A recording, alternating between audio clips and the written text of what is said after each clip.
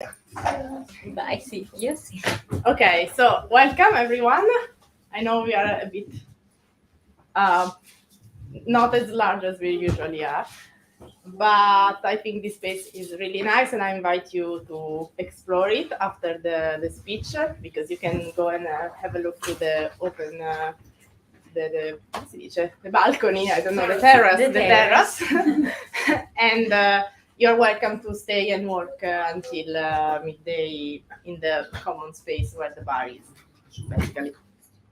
So, welcome to our speaker, welcome to you.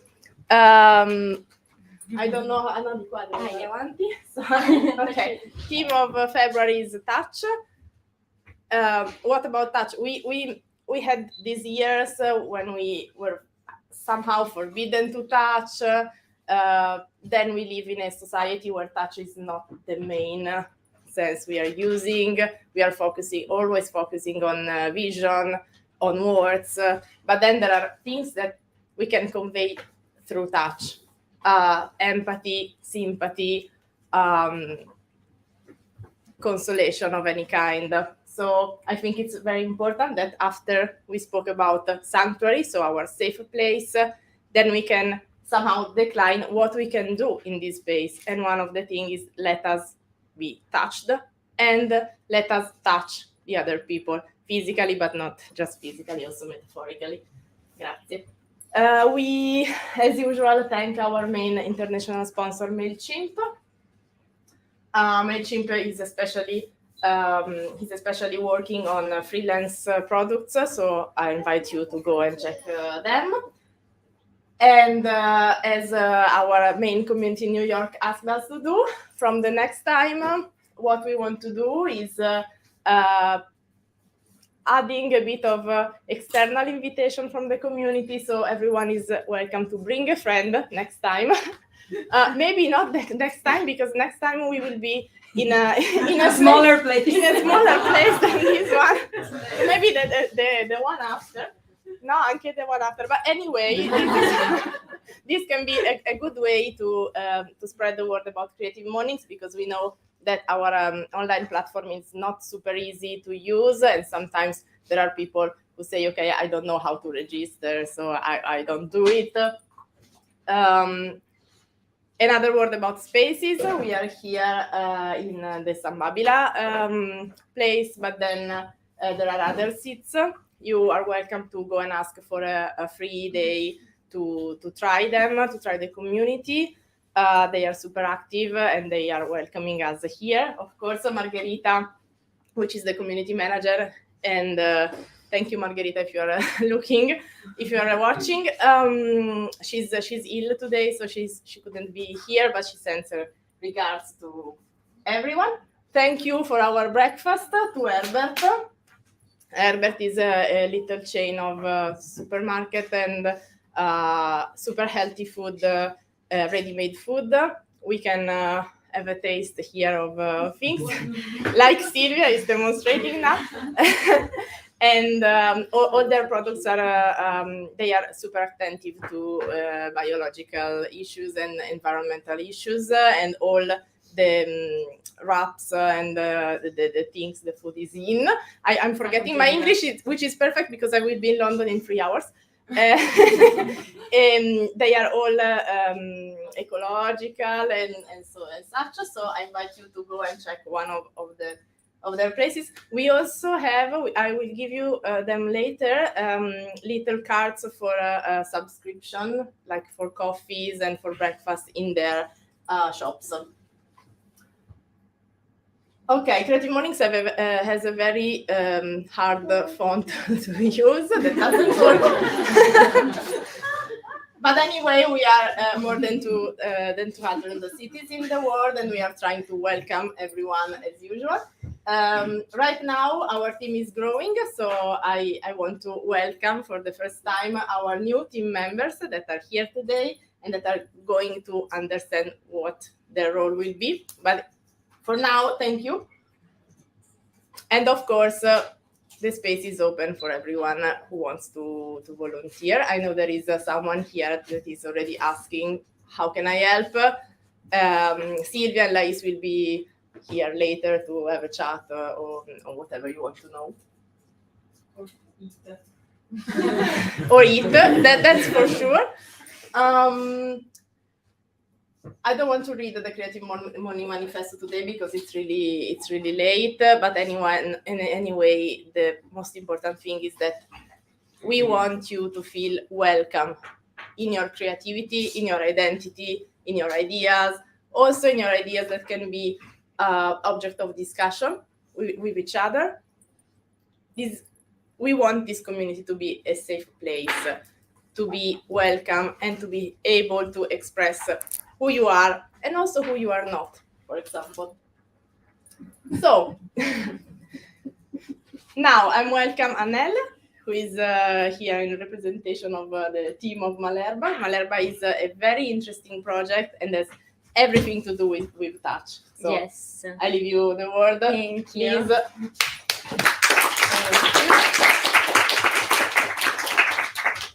Hello. So, Water. okay, thank you. Thank you. So, yes, I come as a representation for both of us because we're two in this project called Malerba, and my other colleague is called Erika, and she unfortunately couldn't come today, but I will talk for both.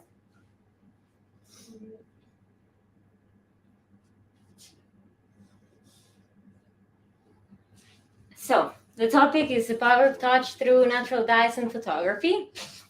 So my name is Anel, and I am a photographer and a graphic designer, and I'm from Santo Domingo, Dominican Republic. I studied in the US where I lived for 5 years. I actually studied cinema because I wanted to be a set designer actually, and like work in that industry. But I ended up taking another route, but it's all very much connected. And in 2021, in 2016, I went back to Santo Domingo, and then I decided that it was too small. It was a small island, so I came to Italy, and I was actually launching. Before that, I was launching a swimsuit brand because I was into fashion in that time, and so this was kind of like the project because I needed a kind of like a subject to express photography and like to experiment with. So something. And then in 2021, I moved with Erika, my current roommate and colleague. And during that time, it was in lockdown. So we were like, we needed to do something with our hands. We were like going on crazy, and we needed to do some manual work and then something. We had a lot of like share things in common. She was already doing natural dyeing before, and I was in the visual communication route. So, and we went on this project. We said, let's do something. And then we needed to, because as I was working all the time with the computer, I needed a break. And yeah, we started Malerba. And it took us a long time actually while the project was incubating, because we were thinking of how we can do it differently, because we both had a shared passion for plants and botanical world. And so we wanted to give it a strong personality before we launch it on social media and etc. And we were thinking of how can we express these plants, these botanical dyes, and in a way that it's not just like because most botanical projects are like cute plants and like everything's like super cute, but we wanted to express it in a way that will have like a strong personality, that it's like mother nature, that it's like not something to be scared of, but something to respect and to take care of. So that's how the logo comes out, and you see like we drew that, and we actually wanted to do everything mostly manual because we wanted that kind of texture and feeling. And so we also we did at the beginning a series of collage and everything for like the teaser and like to launch the project. These are some examples actually, and yeah, they're on our Instagram page if you want to see them. And yeah, these were all like planned out on cutouts and collage. I actually took a picture of my friend's eye and we put them together and then we combined them in a video. And so the project, when we felt like ready to launch it, and also the name took us a very long time actually, but we thought it was like representing Malerba, that kind of strong personality that we wanted to give. And so the project still today remains an ongoing research, because every time we're doing something, we're doing lots of research and reading and like trying to learn about some techniques and some craft techniques from other countries that use this kind of dyeing technique, let's say.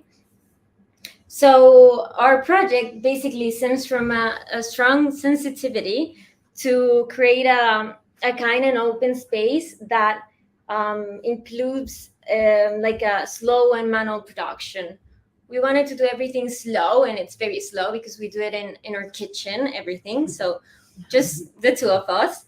And so I'll tell you a little bit about Malerba in general, because it's the main thing is it's all like recycled. We do upcycled. We use upcycled silk, and everything we dye. It's completely hand dye with blends, and which can be roots, can be essential oils, seeds, flowers, and everything we create, from the research to the production to the photography, it's made by us. And I think it doesn't get slower than that. But as fashion production, I mean. And a lot of times we collaborate with our friends for photography.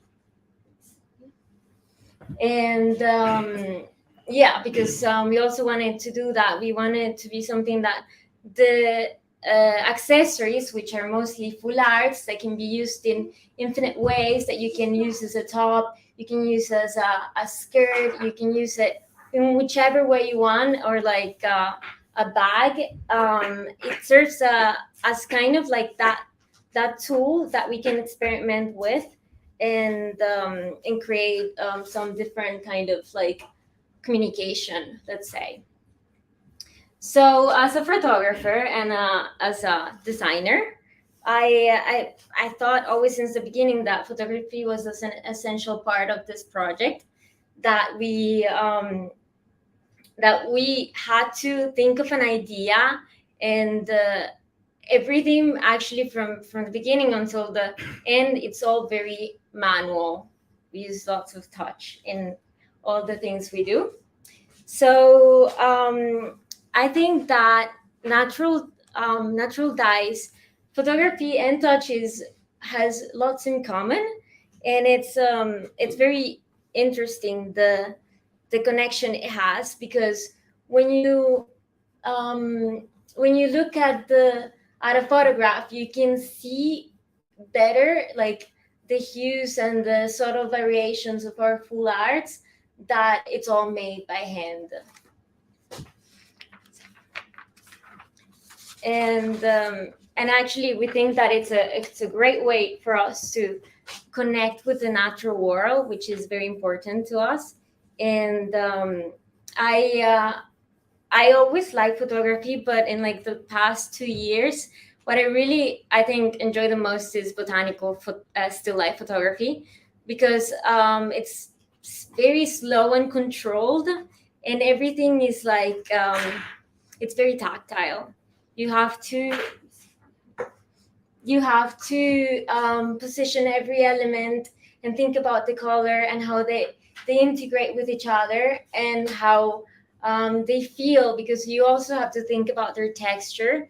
And it's something that you can obviously feel it while you're doing it, but you can perceive it, because that's kind of our goal as well. And Yes. So if you are thinking of, I don't know, if someday you want to do some kind of still life photography, like that's very important that you integrate different kind of visual elements that can also give some sense of like texture and like tactile. So we also with photography we want to create some kind of stories and some sort of narrative and something that people can take something from, right? And here with this photograph, we were trying to talk about the ingredients that we use. That onion is a very good natural dyeing source.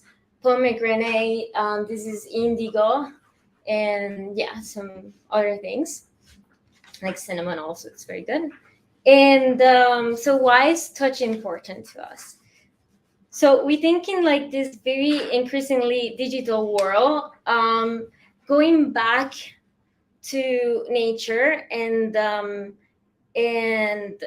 feeling everything and like actually like experimenting with all the sensations is very important because we are so disconnected from it. At least I am usually in my everyday in the computer, so it just gives you some really nice perspective to everything, and you get so inspired by seeing a leaf and seeing its pattern and seeing its different color, and or like seeing an insect. I get really amazed because everything just looks like painted, and it's a really big source of inspiration for us.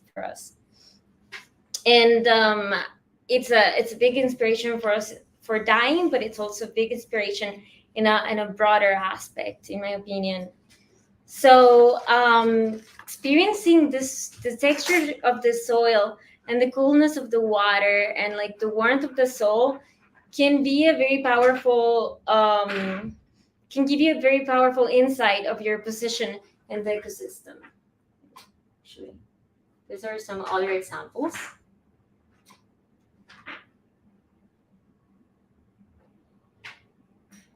Actually, I already talked about this, but you can now read it.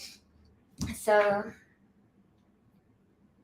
it gives you a reminder of our place in the ecosystem, and it's a great way also to celebrate traditional techniques and craft techniques from other cultural heritage that's still used today, a very manual work. And it's amazing because still today, when we have all these machines and everything to make everything so much easier and so perfect, in many countries still because botanical dye is a very old technique. In Japan, in South America, in India, they're still doing everything by hand, and I think it's amazing because the imperfection of it and like how it comes out as a surprise and everything, it's just like so special.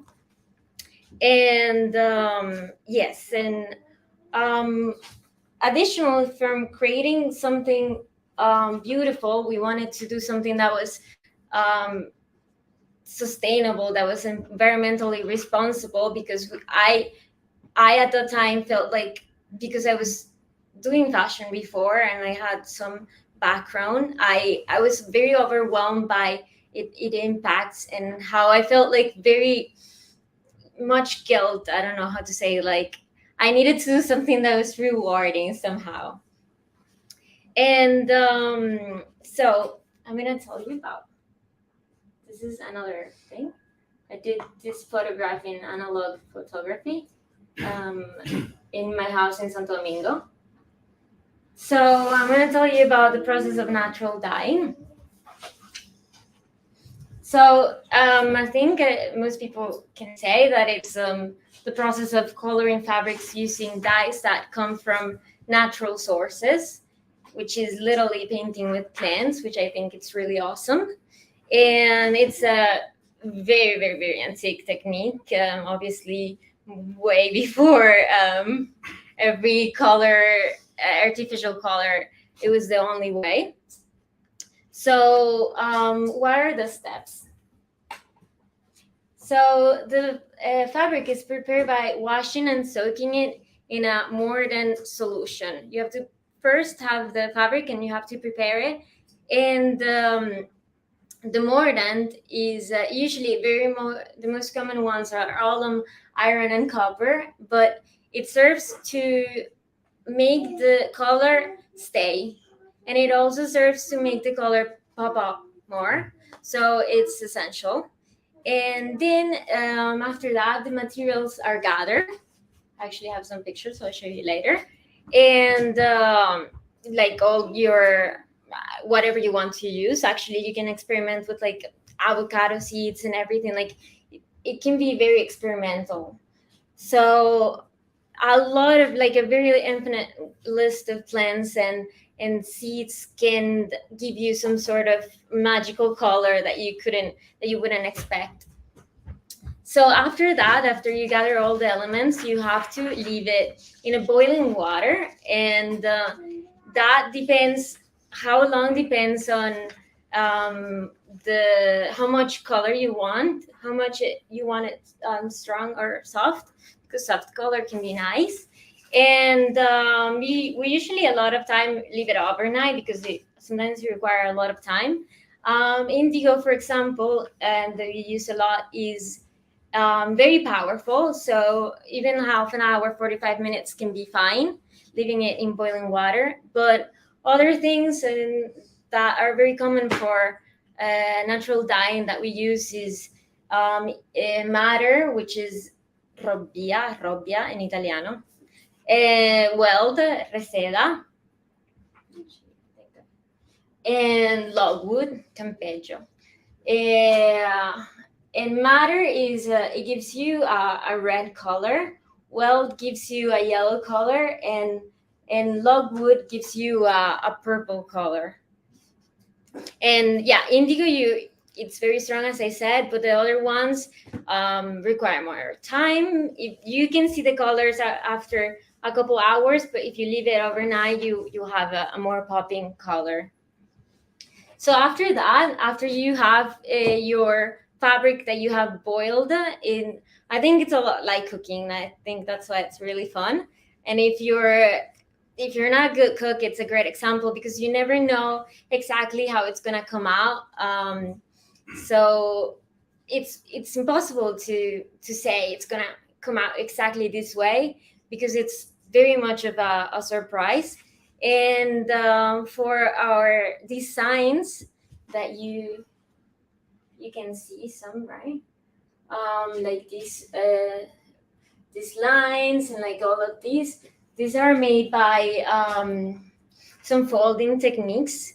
And like this one, basically, to make that like dyeing, you prepare the fabric by like putting it together in like a little balls like that, and then you have to tie it, and then you create like little balls, and then obviously the color will concentrate on all of that, and then the rest will spread. And yeah, these are made with lots of flowers, so you can see like it kind of gives you that kind of sensation that it's like little different color flowers. So here you can see some. These are all different colors. And yeah, after you have the fabric, you have to rinse and wash it many times, because yeah, you have to do it like that so you can see actually the final result, right? And yeah, you should repeat that many times. And yeah, it's actually at the end, if you do all those steps, you have a result. It's not like something wrong will come out. And so I'm going to show you some more. These are some saban and roses, some sandalwood and macis and amla. Wow. These are some other pictures. It seems like a cinema. in a frame of cinema. Yeah. Yeah, we were trying to give that kind of perspective. This was in my friend's backyard in the countryside, so there were like these chairs and things like that. So it's a more serious kind of, but it gives you kind of like that cinematic perspective that I like. And yeah, also like you can see the styling. It's this one is a big piece that you can wrap around, and then this is another one that you can use for your head, but you can also like create another top. And yeah, I think lots of fun. These also are hair ties that we make. They have like a sort of like a velvety kind of texture. But yeah, and we have made many of those in like different colors. So let me see. Yeah, this is another one. So what I actually like, the main thing that I want to express is that it's just so amazing to go back to nature and like just experience it in a more submersive kind of way, because maybe being in the city, like we forget, and then when we go back to the countryside or like the woods or whatever unnatural place, we're also like on our phone or something like that. But if you I think it's just amazing to like just like walk barefoot in the woods, or like to get so curious about everything you see around us, because it's a one of a kind, let's say leaf, or whatever it is, or a tree or something. Like there's no other tree like that in the world with that kind of pattern and texture. So um, I I think we should go back more often to that place, because it's in my opinion, it's very much like meditation. It just gives you like that calm and that peace, but it serves as mm, an amazing inspiration for whatever you're doing. And yeah, and I encourage you to touch everything, to just I don't know, to feel the sensation of everything, to even like just be more present in that time, because all like also the textures are amazing, how they're different, how one can be silky and other can be more hard. And yeah, like if you have the opportunity, do that. And also I encourage you to go out and dye something if you want, because it's a great opportunity. It's also really fun, and you now know how to do it. And also because everything will be like one of a kind, so like that gives you like a much more sense of proudness, right? So like doing something that you're like, oh my god, it came out, I wanted to be red but it came out purple, and something like that. So it's just it's really fun. And then that you use all these materials and all these things that maybe you might have in that you throw away, but you can use it as a way to paint, let's say. So actually all. I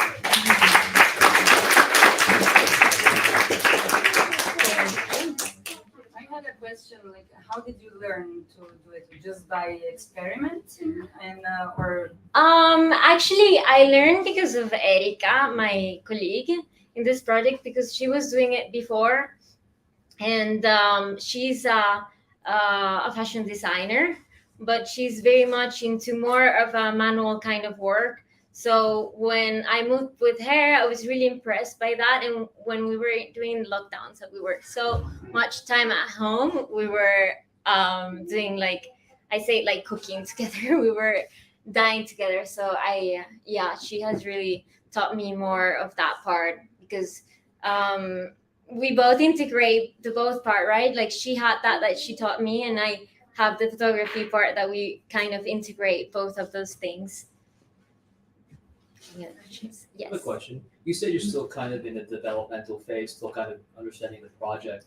Do you know where you want to take the project to the next level, or what do you have an end goal in mind or a next step? We not exactly like we're actually like trying to collaborate as much as we can to see what the outcome is coming from, and like it would be really nice to obviously take it on a bigger scale. I'm gonna say and be honest, it's a little challenging because it's such a slow process that it's not easy even to put a price on it, but obviously we do. But it's not like, I mean, like you go to Mango and you find a scarf and it's like 10 euros, so a lot of people find that easier, right? So we want to first like try to teach and like not teach but like to talk about like what it's special about it, so people will get closer and like wanting to actually like the project. So anyway, Thank you. grazie voi. So, bye to the people online.